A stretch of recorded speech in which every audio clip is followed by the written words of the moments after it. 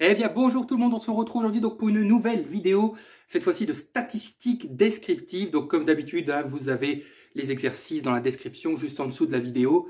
Alors en fait, on va un petit peu revoir vraiment le 80% de ce qu'il faut savoir en statistiques descriptives, c'est-à-dire on va vraiment revoir tous les indicateurs. La moyenne, la médiane, les quartiles, la variance, les quarts-types, les représentations graphiques, les interprétations. Ce sont vraiment deux exercices, si vous les avez sous les yeux, qui résume vraiment 80% de la statistique descriptive, tout ce qu'il faut savoir. Et on va bien sûr étudier une variable discrète, celle-ci, et une variable continue, un petit peu plus difficile, forcément. Ok. Mais bon, on va commencer avec la discrète, comme ça on aura déjà les définitions, et donc on sera plus à l'aise pour faire ensuite la variable continue. Bon, je vais laisser l'énoncé, donc on s'intéresse en fait donc au nombre de triches lors d'un examen à la fin d'une année universitaire. Donc là, on a les valeurs de la série, 0 triche, 1 triche, 2 triches, 3 triches, etc. Et puis là, nous avons, donc, on nous dit 114 étudiants, et donc là, on a la répartition des effectifs. Ok. Donc ça veut dire que par exemple, il y a 32 étudiants qui ont triché une fois, il y en a 17 qui ont triché 4 fois. Pas bien, c'est beaucoup. Bon, c'est un cas tout à fait fictif. Hein. Bon, la variable est-elle discrète ou continue? Vous avez compris, elle est discrète. La justification, c'est tout simplement que les valeurs de xi, ce sont des valeurs qui sont isolées. Ce sont des valeurs qui sont figées. Ce ne sont pas des valeurs qui sont comprises dans des intervalles. Hein, ce sont des valeurs qui sont bien particulières. C'est-à-dire que la valeur 1,5 n'existe pas. Ça, il faudra faire attention. Alors, on vous demande donc de calculer les fréquences simples. Bon, je vais faire aussi les fréquences cumulées et ensuite les représentations graphiques. Donc, les calculs se feront toujours en bas, ici, en dessous du tableau. J'ai un petit peu de place aussi à droite, donc peut-être les graphiques, je le ferai à droite, mais j'ai besoin de toute cette place. Parce que on va devoir construire des colonnes. Bon, bah, la première chose, effectivement, c'est de construire la colonne des fréquences simples. Excusez-moi si ce n'est pas toujours droit. Hop là. Alors, les FI, c'est quoi? Les fréquences simples, c'est tout simplement les effectifs divisés par l'effectif total. En fait, les fréquences simples, si vous voulez le dire autrement, c'est les effectifs, mais donnés sous forme de pourcentage. Tout ça, voilà. Donc, par exemple, F0, voilà, ici, hein, F0, ce sera 25 sur 114. F1, oh, pas FI, F1, ce sera 32 sur 114. Ok? Et je le fais encore pour F2, et vous avez compris, F2, ce sera 20 sur 114, etc., etc. Donc, je vous donne bien sûr toujours les résultats. Alors, moi, je ne les mets pas en pourcentage, je les mets toujours en décimale. Mais c'est une habitude. Donc, 0,219, 0,281, vérifiez, hein, bien sûr. 0,175, 0,105, 0,149 et 0,07. Alors, de toute façon, il y a un moyen très simple de vérifier vos résultats. C'est que la somme des fréquences doit toujours être égale à 1. Ce qui est bien le cas ici. Ou 100%, bien sûr. Ceux qui veulent mettre en pourcentage, eh bien c'est 21,9%, 28,1%, 17,5%. En bref, vous multipliez par 100. Ça va pour les fréquences simples? Bon, mettez sur pause à chaque fois. Hein. Alors, les fréquences cumulées. Les fréquences cumulées se déduisent des fréquences simples. Comme on a dit que c'est l'accumulation des fréquences simples. Alors, on les note grand FI. Alors, regardez, c'est très simple. Pour le premier, c'est le même. Hein. Donc, c'est 0,219. Et ensuite, ce que vous allez faire pour la deuxième fréquence cumulée, c'est que vous allez faire 0,219 plus la fréquence simple suivante, et ça vous donnera la fréquence cumulée. Donc vous faites 0,219 plus 0,281, et vous obtenez 0,5. Ouais.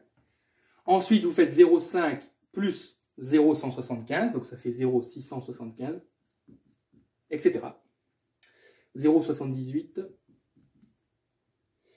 et 0,929. Et le moyen de vérifier vos résultats, c'est lorsque vous allez faire 0,929 plus la dernière fréquence simple, vous devez obtenir 1 également.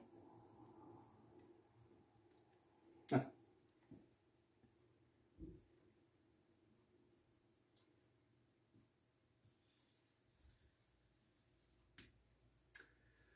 Ça va pour ça? Bon, j'espère, hein, il faut. Hein. Alors, la représentation graphique, bon, c'est pas très compliqué. Alors, regardez, pour les fréquences simples. On met donc les XI en abscisse et les FI, petit fi, en ordonnée. Donc 0, 1, 2, 3, 4 et 5. OK? Ensuite, bah, vous placez les valeurs de FI, je le fais à peu près, hein, vous placez les valeurs de FI en ordonnée. Donc, je sais pas moi, 0, 0, 7.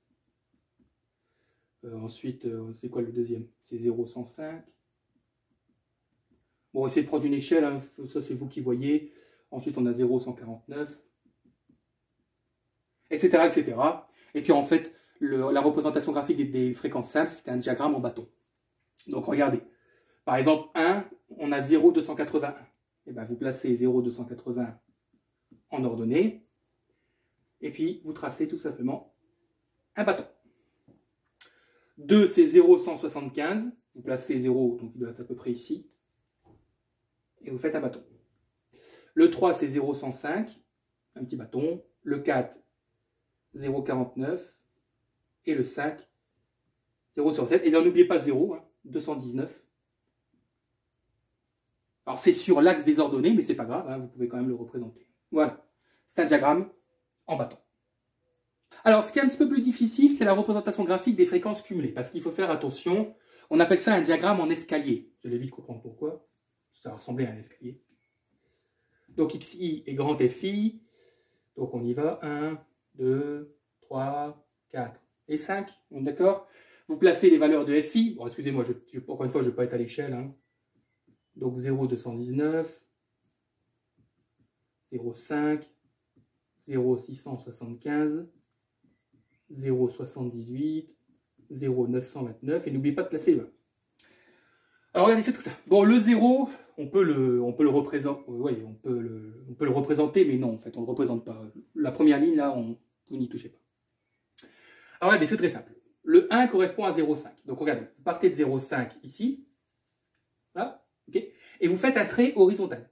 Et vous vous arrêtez à 1. Ce 0,5 s'arrête à 1. Voilà. Et le 1 en fait est exclu. Parce qu'en fait, la signification du 0,5, ça veut dire que 50% des étudiants ont fait moins d'une faute. Donc le 1 n'est pas... Voilà, en tout cas, on l'exclut ici pour la représentation graphique.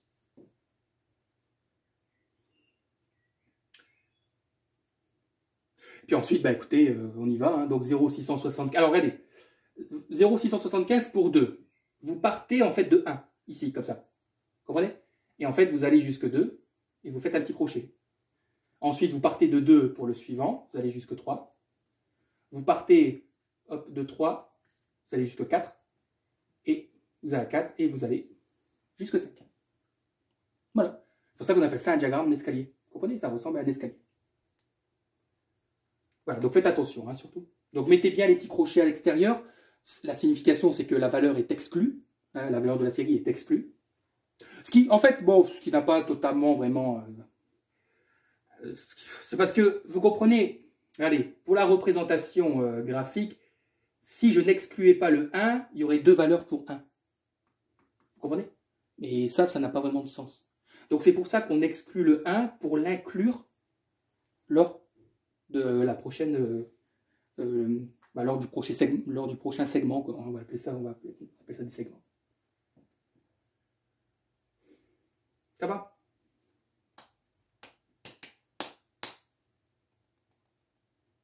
Voilà, voilà. Mais c'est vrai que quand on interprète, c'est 50% des étudiants ont fait moins d'une faute, mais en réalité, c'est vrai que le 1 est inclus. Hein. C'est une faute ou moins. Okay, 50% ont fait une faute ou moins.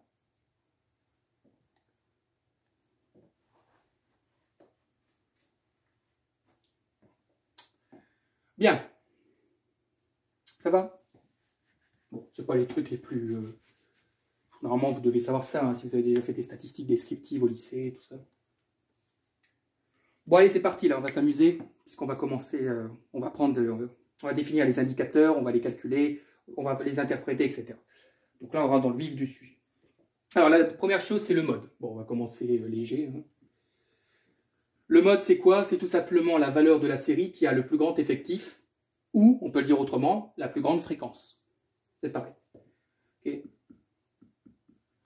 Donc, je note comme ça. Hein. Vous pouvez faire de jolies phrases, vous. Hein. Donc, c'est le plus grand effectif ou la plus grande fréquence. Simple, hein, bien sûr, pas cumulé. Hein. Bon, bah écoutez, je pense que c'est pas très compliqué. Je pense que c'est 32, hein, donc le mode est égal à 1.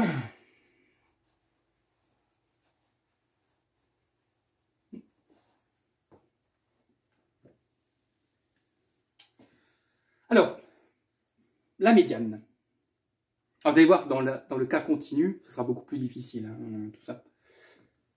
Alors, la médiane. La médiane, c'est quoi? Donc, c'est toujours la valeur de la série. En fait, on détermine toujours les valeurs de la série. Hein. Donc, c'est le XI, ok, qui sépare les effectifs, donc les NI, en 2 parts égales. Okay, 50% avant, 50% après. Donc, c'est la valeur d'XI qui sépare les effectifs en 2 parts égales. Ça veut dire quoi? Ça veut dire en fait que la médiane, donc, allez, je prends un autre cas que celui-ci. Imaginons que la médiane vaut 3, et ben, on dira que 50% des effectifs en dessous de 3, et ça parce que ça dépend les unités, hein, ce que le 3 représente, on s'en fout. Mais on dira qu'en fait, qu'il y a 50% des effectifs en dessous de 3 et 50% des effectifs au-dessus de 3. C'est pour ça que c'est toujours délicat d'inclure. Ça dépend les profs, en fait, ça dépend les statisticiens. Il y en a qui incluent. Vous savez, quand je vous avais dit que 50, par exemple, là, l'interprétation, c'est que 50% font moins d'une faute. Donc, ça veut dire que 50% font plus d'une faute. La question, c'est de savoir à qui on donne le 1. Est-ce qu'on le donne à la partie inférieure ou à la partie supérieure? Donc, bon, ça, c'est pas. Faut pas. C'est un peu délicat. Faut pas vraiment se poser cette question. Je renvoie par rapport au graphique des fréquences cumulées, vous savez, où j'avais exclu le 1. Bon, c'est délicat. Bon, bah écoutez, pour trouver la médiane, c'est très simple. Vous regardez le FI qui vaut 0,5. Bah oui, parce que nous, on cherche 50%. Donc, on regarde la fréquence cumulée qui vaut 0,5. Bon, là, je l'ai fait exprès. Parfois, ça ne tombe pas toujours juste. Hein. Là, je l'ai fait exprès. Donc là, évidemment, la médiane, il n'y a pas de problème. Elle vaut également 1.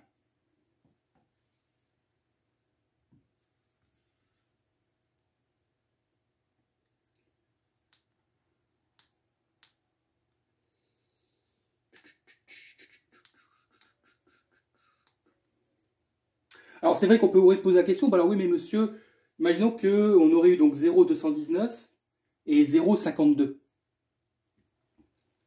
La médiane, elle est où? Bah, elle n'est pas loin de 1. 0,52, c'est pas très loin de 1. Mais vous n'avez pas le droit de mettre des nombres décimaux.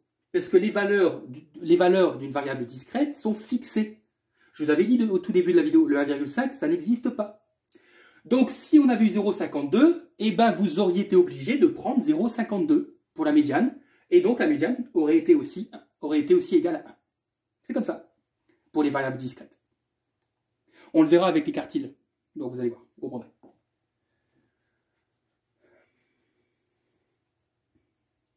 Donc, l'interprétation ici, hein, je le dis à l'oral, c'est que 50% des étudiants donc, ont fait moins d'une faute, et donc 50% des étudiants ont fait plus d'une faute à l'examen. Eux ont triché. Voilà, c'est pas des fautes, c'est des triches. Donc 50% des étudiants ont triché moins d'une fois et 50% des étudiants ont triché plus d'une fois.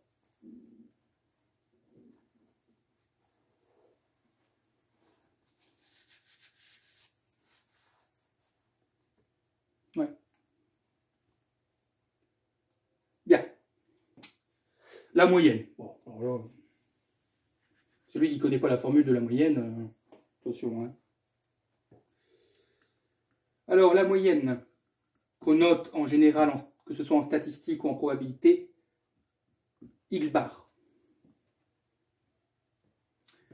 C'est tout simplement la somme des NI fois XI divisé par l'effectif total. Autrement dit, vous prenez chaque XI, vous le multipliez à son effectif, donc 0 fois 25.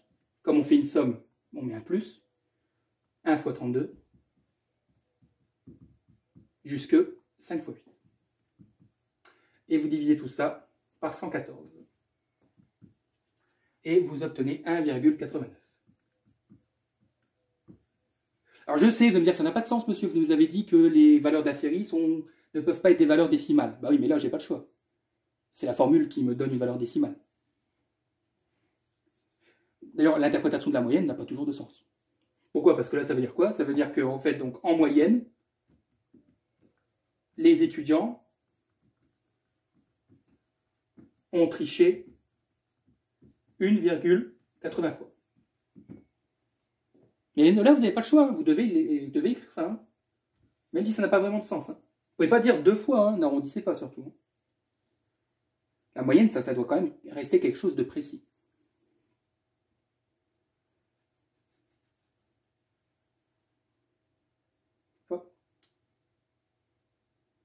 Je me demande si je vais quand même peut-être pas faire 2 vidéos. Enfin, en 2 parties, quoi. Parce que la partie continue, ça va être assez lourd, donc je pense que c'est mieux 2 petites vidéos, quoi. Alors, l'étendue. D'ailleurs, j'aurais peut-être pu poser la question avant. Parce que c'est aussi, en fait, c'est encore plus facile que le mode. Donc, l'étendue, vous notez comme vous voulez. Hein. Moi, je vous ai donné des notations dans l'énoncé, mais c'est comme vous voulez. Alors l'étendue, c'est égal à quoi? Ben, c'est tout simplement égal à la plus grande valeur de la série, moins la plus petite. Ça fait 5.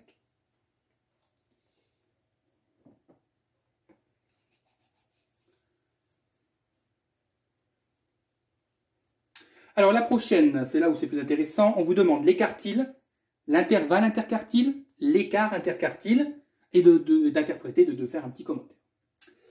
Là, faut être attentif. Alors déjà, il y a combien de quartiles? Il y en a 3. Hein. Il y a le premier quartile. Alors le premier quartile, il sépare quoi? Lui, il sépare les effectifs en 25-75. 25% avant, 75% après. Il y a la médiane, qui est le deuxième quartile. Et il y a le troisième quartile qui, lui, coupe en 75-25.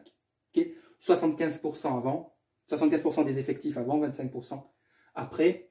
Si on le représentait, allez, sur une petite droite, on peut construire ce qu'on appelle une boîte à moustache, mais bon, là, on ne va pas s'embêter avec ça. Donc, en fait, si vous placez Q1 ici, la médiane qui est Q2, hein, et le troisième quartile, donc l'idée, hein, c'est que là, vous avez 25% des effectifs, là, vous avez 75% des effectifs. Bonjour à ces couleurs. La médiane, on l'a déjà dit, on a 50% des effectifs, 50% des effectifs. Et le troisième quartile, je vais faire comment? Ouais, je vais faire comme ça. Hop, vous avez 75% avant et 25% après. Je me bouge hein, pour que vous puissiez mettre sur stop, sur pause et recopier. Ça va? C'est pour ça que l'écart interquartile, vous verrez Q3 moins Q1, est très intéressant à interpréter. Bon, ça, je vais le laisser. Alors, Q1, ben, c'est pas très compliqué. Hein. Q1, pour trouver Q1, vous recherchez la fréquence cumulée qui vaut 25%, ou 0,25. Ah, il n'y a pas. Il n'y a pas, hein. On passe de 21 à 50%. Eh bien, vous n'avez pas le choix, vous devez prendre celui qui est au-dessus de... celui qui est au-dessus de 25. Pas le choix. Donc, vous ne pouvez pas prendre... Vous allez me dire, bah, les monsieur 0,219, c'est quand même plus proche de 0,25. Oui, mais vous n'avez pas le choix. Vous devez prendre... Oui, mais 0,219, c'est pas 0,25. On n'a pas atteint les 25%. Alors que dans si on prend le 0,5, on a atteint les 25%. Et je sais que ça n'a pas de sens. Mais vous n'avez pas le choix pour les variables discrètes. Donc, comme on n'a pas 25%, et ben donc vous devez prendre celui qui est supérieur, hein, au-dessus, donc 0,5. Et donc, Q1 est égal aussi à 1, c'est-à-dire Q1 est égal à la médiane. Donc ça, on avait déjà dit, c'était aussi 1. Q3, vous prenez 75%. Okay, donc la fréquence cumulée qui vaut 0,75. Il n'y a pas. On a 0,675, 0,78, donc je suis obligé de prendre celui qui est au-dessus, 0,78. Donc Q3 est égal à 3. Ok? Donc là, je ne vais certainement pas faire de représentation graphique parce que le fait que Q1 est égal à la médiane, on aura un truc un petit peu bizarre. Moi, c'est pas ça qui m'intéresse.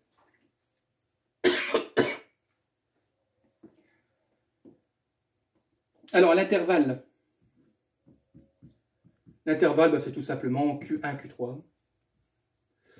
Autrement dit, c'est 1 et 3. Et ce qu'on appelle l'écart interquartile, c'est la différence entre Q3 moins Q1, ce qui fait 3 moins 1, ce qui fait 2.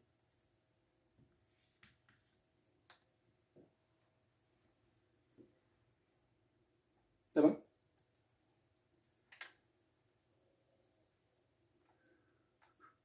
Ouais. Alors, c'est l'écart interquartile qui est intéressant. Pourquoi? Parce que l'écart interquartile, c'est une mesure de la dispersion. C'est une mesure de dispersion, on appelle ça. Et l'écart interquartile, notez-le, okay, donc il mesure en fait la dispersion des valeurs de la série, c'est-à-dire les xi, les valeurs de la série, ce sont les xi. Donc il mesure la dispersion des valeurs de la série autour de la médiane, pas de la moyenne. Ça, c'est l'écart type, la moyenne. Mais l'écart interquartile, lui, c'est autour de la médiane.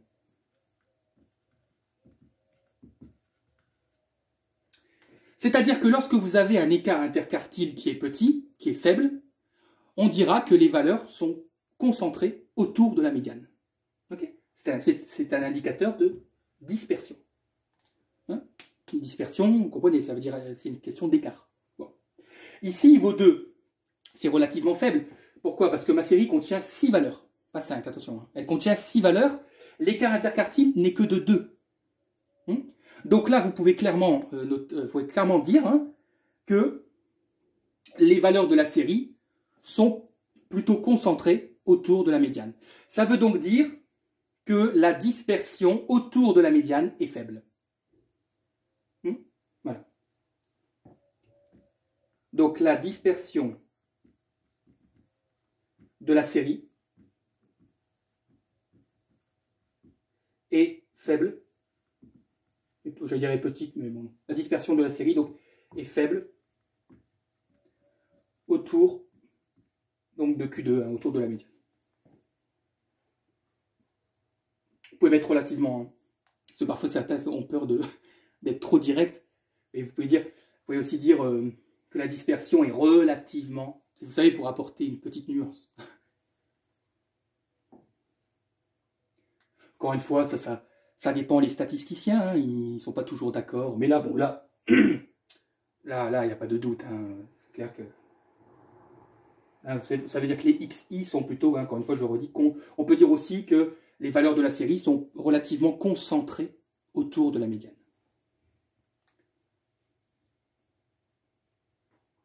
Bien.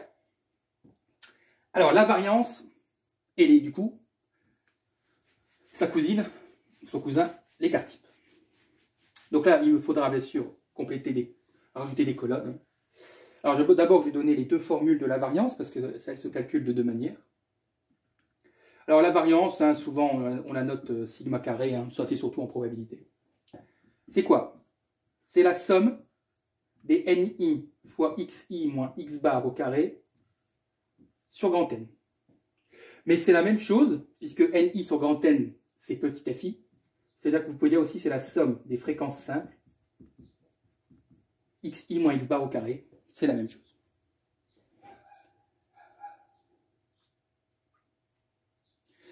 C'est quoi la variance? Déjà, il faut que vous reteniez une chose, c'est que la variance, on ne l'interprète pas. On peut, mais c'est pas bien. C'est vulgaire. Excusez-moi du mot, mais ça n'a pas de sens. Pour moi, ça n'a aucun sens d'interpréter une variance. Mais la variance est indispensable pour ensuite trouver l'écart type. Pourquoi on n'interprète pas une variance? Parce que si, par exemple, votre étude porte sur des kilomètres, et la variance, elle va vous donner un résultat en kilomètres carrés. Si votre étude porte sur un nombre de dauphins, non, attendez, pas ça, porte sur quoi?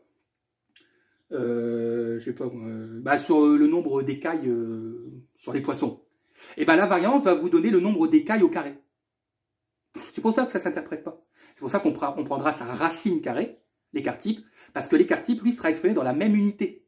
Si vous vous intéressez au nombre d'écailles, eh ben, l'écart type vous donnera un nombre d'écailles. Si vous vous intéressez, comme là, à un nombre de triches, l'écart type vous donnera un nombre de triches. Alors que là, la variance va vous donner un nombre de triches au carré. Voilà, tout simplement. La variance, on peut l'appeler autrement. Enfin, on peut l'appeler autrement. Déjà, il faut que vous reteniez que ce soit la variance ou l'écart type, ce sont aussi des moyennes. C'est vraiment, c'est fondamental de savoir ça. Hein. Que ce soit la variance ou l'écart type, attention, c'est pas la moyenne, hein, x bar, hein, mais ce sont des moyennes.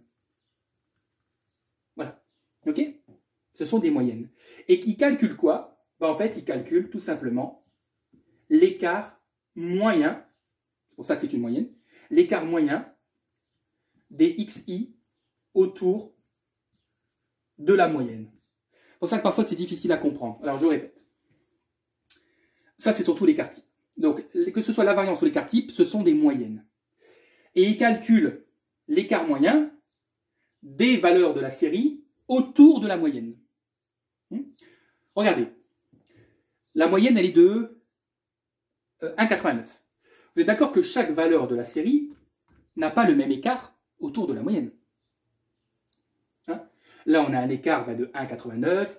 Là, on a un écart seulement de 0,89, etc., etc. Mais le but de la variance et de l'écart type, c'est de calculer l'écart moyen. La moyenne des écarts autour de la moyenne. Donc, vous prenez votre moyenne. Je sais pas moi. Voilà. Donc, vous prenez votre moyenne, qui est ici, par exemple. Okay, donc, elle est là, ce point-là. Et bien, l'écart type, la variance, je vous dis, de toute façon, on passe à l'écart type tout de suite après, vous donnera l'écart moyen des valeurs autour de la moyenne. Et la variance, elle, donne l'écart moyen au carré. L'écart moyen au carré. Puisque c'est un carré, la variance. Pourquoi c'est un carré, monsieur? Bah parce que dans la formule, on doit calculer des 1 carré. Xi moins x bar, c'est l'écart entre les valeurs et la moyenne. Hein. Xi moins x bar, c'est bien l'écart qu'il y a entre la distance qu'il y a entre le xi et la moyenne. Et qu'est-ce qu'on fait avec cet écart? On le met au carré. Ah, donc c'est pour ça que la variance, c'est bien un écart au carré. Oui, c'est un écart moyen au carré. La variance, on dit souvent, alors pour ceux qui s'intéressent, on dit que c'est la moyenne des carrés des écarts à la moyenne. C'est la moyenne, puisque on pondère par les effectifs et on divise par l'effectif total, donc ça en fait bien une moyenne. C'est la moyenne des carrés des écarts à la moyenne. Voilà, donc variance écart type sur des moyennes, et il mesure donc l'écart moyen des valeurs de la série autour de la moyenne. Autrement dit, la variance et l'écart type, ce sont aussi des mesures de dispersion.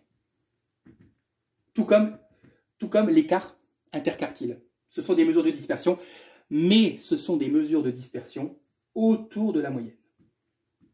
Et non pas autour de la médiane, comme l'écart interquartile.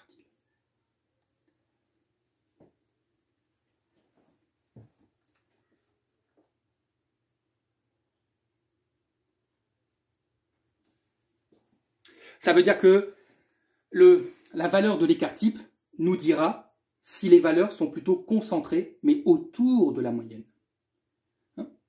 En gros, si l'écart moyen entre les xi et la moyenne est faible ou élevé. Bon, écoutez, là, je pense que vous savez tout. Là, je ne peux rien dire de plus. J'avais oublié quelque chose. Bon, c'était la robustesse, mais c'est pas très grave. Bien. Donc, pour calculer la variance, on va utiliser celle-ci, puisqu'on a déjà les fréquences simples. La première chose, c'est qu'on va calculer les xi moins x bar au carré. Et ensuite, il suffira de multiplier par les fréquences. Alors, comment on fait? Bah, vous faites 0 moins la moyenne. Alors, je vais la remettre ici, hein, si vous voulez. 1,89. Donc, vous faites 0 moins 1,89 et vous mettez au carré.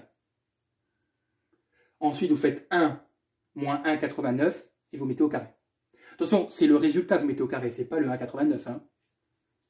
Okay, le carré, c'est une fois que vous avez fait la soustraction. Et donc, vous allez obtenir, hein, vous me permettez de vous donner les résultats, 3,57, vérifiez. Hein. 0,79, 0,01, ça c'est logique, 1,23, 4,45 et 9,67. Ouais. Et puis une fois que vous avez les écarts au carré, bah, il suffit de multiplier par les fréquences, simple.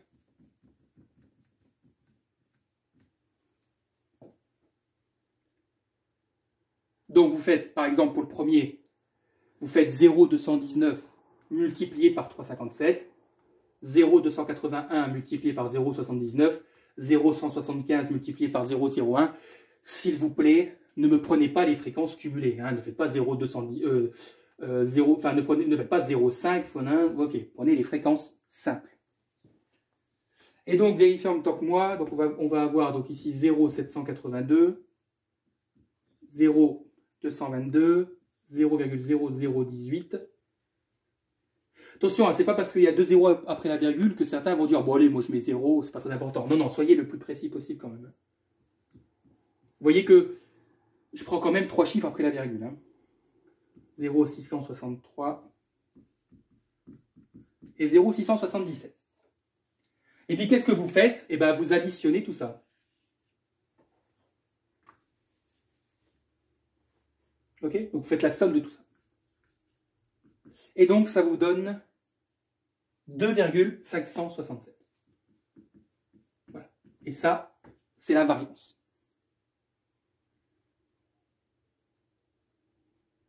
Et donc pour avoir l'écart type, que je note comme ça un ET, vous faites la racine carrée de 2,567. Ce qui fait environ 1,6. Voilà, l'écart type vaut 1,6.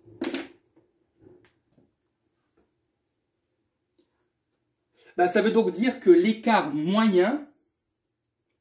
Alors, je vais faire une phrase hein, quand même, ne vous inquiétez pas. Bon, avec des abréviations, hein, vous me connaissez. Donc, on pourra dire que l'écart moyen des valeurs, là, des xi, l'écart moyen des xi autour de la moyenne est de 1,6.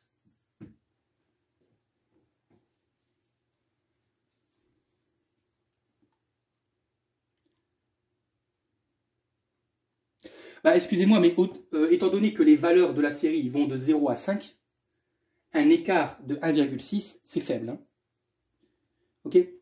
Donc on a quand même un écart type, on peut écrire comme ça, un écart type qui est faible. Hein. Bon, ça, ne le notez pas sur votre copie, hein, on ne note pas ça comme ça, mais moi je vous donne toutes les informations pour que ce soit clair. Et donc on pourra dire quand même que la dispersion autour de la moyenne est relativement faible. Ok?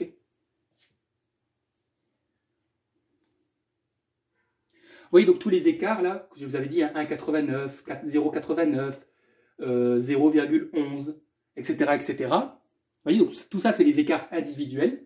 Et bien en moyenne, cet écart vaut 1,6.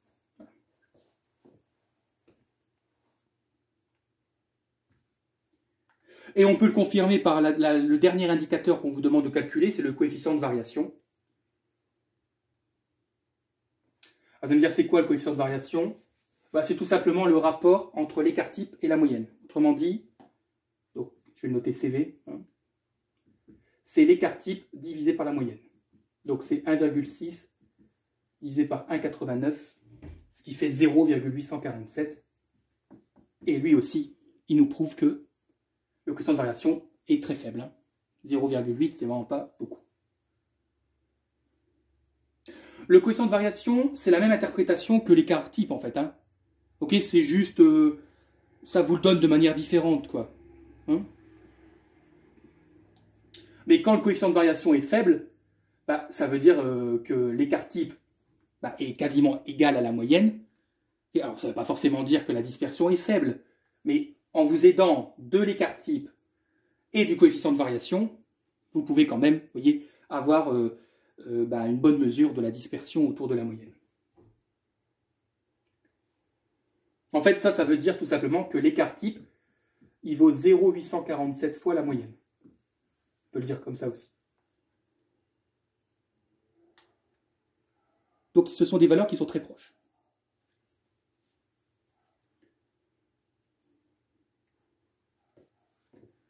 Ça va? Donc, je vous dis, je ferai une deuxième partie pour l'étude du cas continu. Bien, donc, du coup, on se dit à très bientôt pour la partie 2, hein, et bon courage à toutes et à tous.